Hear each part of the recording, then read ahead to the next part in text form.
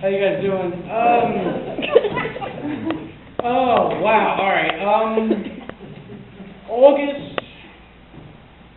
August 95, I just graduated from military school. And I decided, well, I'm going to go to art school. Variety, it's all about the variety. And and I thought about it a lot, about the chance, because I could have been paired up with anybody freshman year as a roommate. And I'll never forget, I sat at my drum set in my parents' basement and called Pete up, and right then, we talked for like 4 hours about everything, like we had known each other. And then, of course, we met. I'll never forget meeting him then. And I was his roommate freshman year in college. And of all people that I've known in school, at least, he definitely ranked #1 as far as most correspondence after graduating any school. I thought about it. I think a minimum of once a month for 10 years after graduating, I stayed in contact with Pete. Millions of text messages. While I was at work, it didn't even matter. He would call me up Sunday at midnight. I'm sleeping very, and I couldn't say no. He left thousands of voicemails on my phone. In fact, the thing is, I regret deleting so many of them because I figured more were coming. The system we kind of had was, I'm not even getting to the main story I wanted to talk about, but the system we kind of had was, he'd call me and I'd be at work, or something, yo, Pete, I'm at work. Like, oh, wait, I didn't expect you to call, I didn't expect you to pick up. Just let me call again and I'll leave a message. And he would and he would leave like a 3-minute goofy message for me to listen to. And this was for 10 years on a really regular basis. And the most amazing part about it was jokes that we experienced 15 years ago.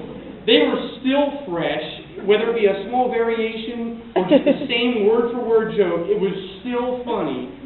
And I'll probably never see that again for the rest of my life, ever. Because I do stand-up comedy as a hobby, and I've known plenty of people that enjoy humor and stuff. But Pete had this recycling kind of unbelievable ability to take one little tiny thing that someone might have said offhand and turn it into a 15-year bit that I still laugh at. But anyway, the one thing I want to say that would be at least slightly unique, because everyone's mentioned the nature and everything, and I knew all about that. I mean, you could never stump them on anything. I would try. I'd look up on the internet. You couldn't even, oh yeah, that's from Brazil.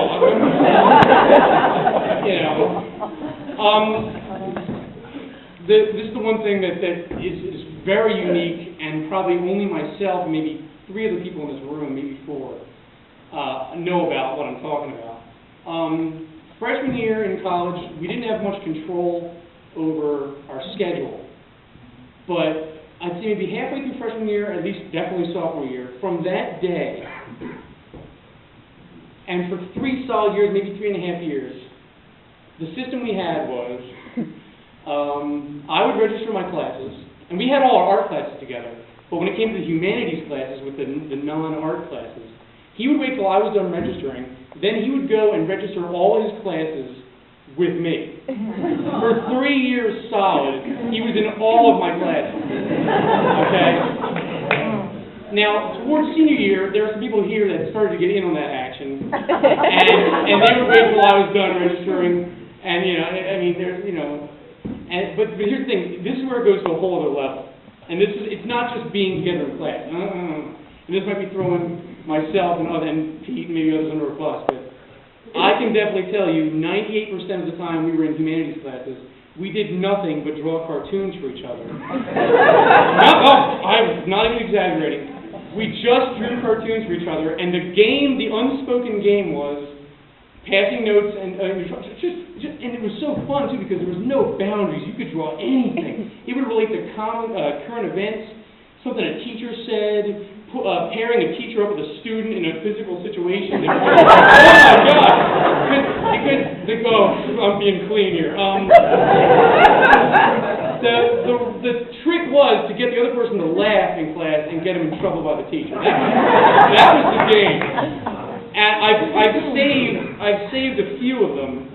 I'm not going to really share them. I'll hand them off to the family, and you guys can enjoy them. But again, this is artwork that only I have really pretty much seen. Probably the cleanest one I can show you this is a random drawing of a large gelatinous creature switching bugs. And there's other ones here, and again, and I got, like chinchillas and blobs, and this is an elephant relieving himself on a clown. Again, I feel semi-inappropriate by mentioning those things, but the thing is that in the context of trying to get someone else to laugh in class, there were no boundaries, and it was pure creativity. And this is also, by the way, this is also with like a slide presentation in the dark, while the teacher's showing artwork, so you can barely see what you're drawing. And we did that for 3 years solid. Every class, I would take paper from the printer ahead of time, and I've only saved a small folder worth, but I could have had, if I saved every single one, it'd be this up, thousands of drawings. And it was just unending, and we only got in trouble a few times. And, but again, there were some times, like, the greatest sound to me was, like, you pass Pete something, and you do the,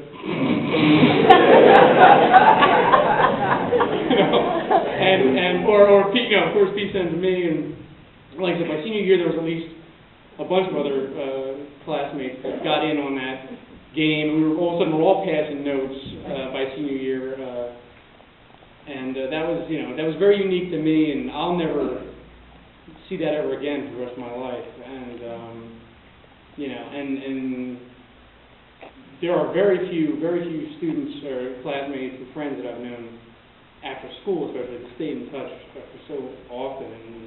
And I have a message on my phone still right now, and it's 5 days old.